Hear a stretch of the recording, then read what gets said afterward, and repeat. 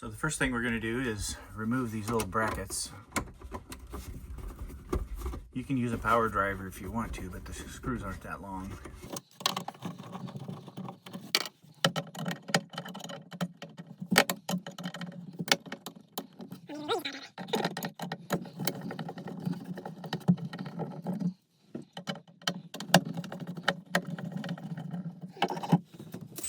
And next, I gave myself a little jig to drill the holes, and I left my drill in the shop. I'll be right back.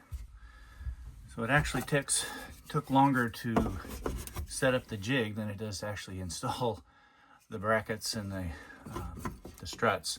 So what I've done is I've got a measurement from the top of the jig to the holes that are needed for the side bracket. So I just put that up to the top, make sure it's lined up on the front, and then drill the hole. Basically just get it started. Okay.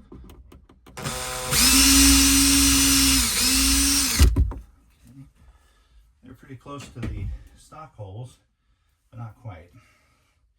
And the brackets that came with the struts, the bottom one is round, and so I'm really going to use two of the holes.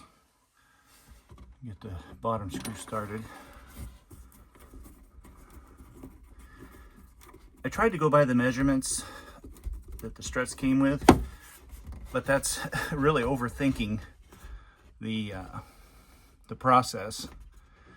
Make sure that when you drill your holes that the front of the bracket doesn't stick out too far. So you probably drill to the center or a little bit closer to the back. So what I did is I actually watched a video of another fellow that explained how simple it was. When you think of the struts in the relaxed position, they're actually fully extended. So what you do is take a strut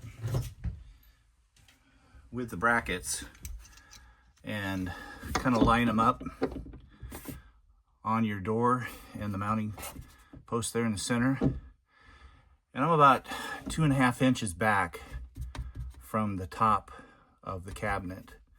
And basically, you just figure out where the center is, line up your bracket, and then drill your holes. The first time I tried to do it, like I said, it was not working. I tried it high, tried it low, nothing worked. And like I said, I watched that video, and basically just say, line up your bracket a couple inches, 2.5 inches back to center on the top, mount your brackets, and then put your struts on. Let me go ahead and get that top bracket in. First we got another jig here. Let's see, that's the front. So I'll line it up with the back of the cabinet, and then put in my two holes.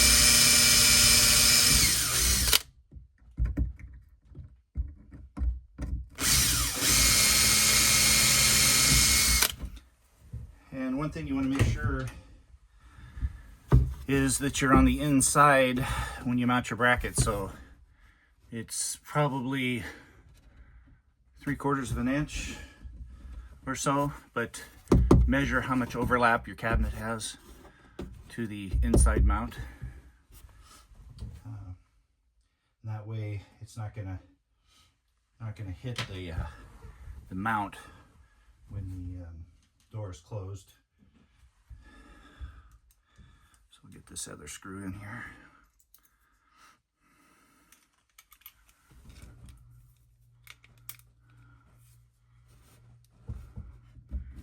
Not real good light in here. I probably should have brought my shop light out.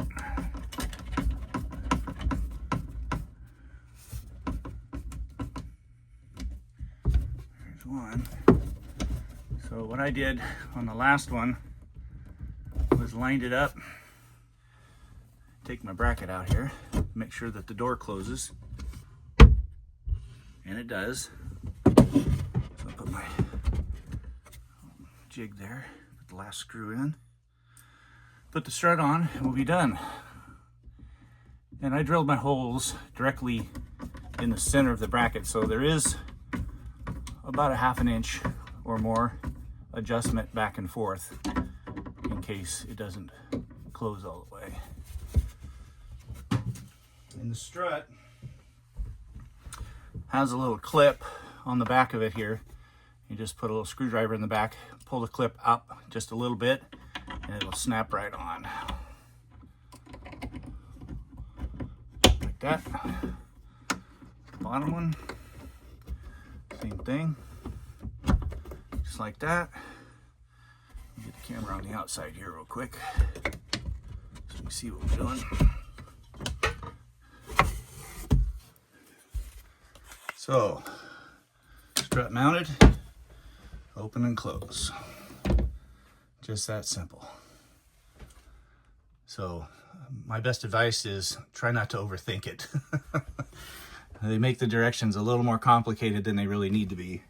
And like I said, if you make yourself a jig so you know where the holes are supposed to go, I've got like 12 of these to install, so I figured might as well make the jig, make it a lot easier.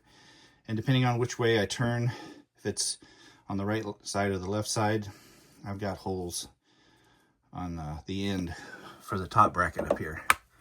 So that's all there is to it.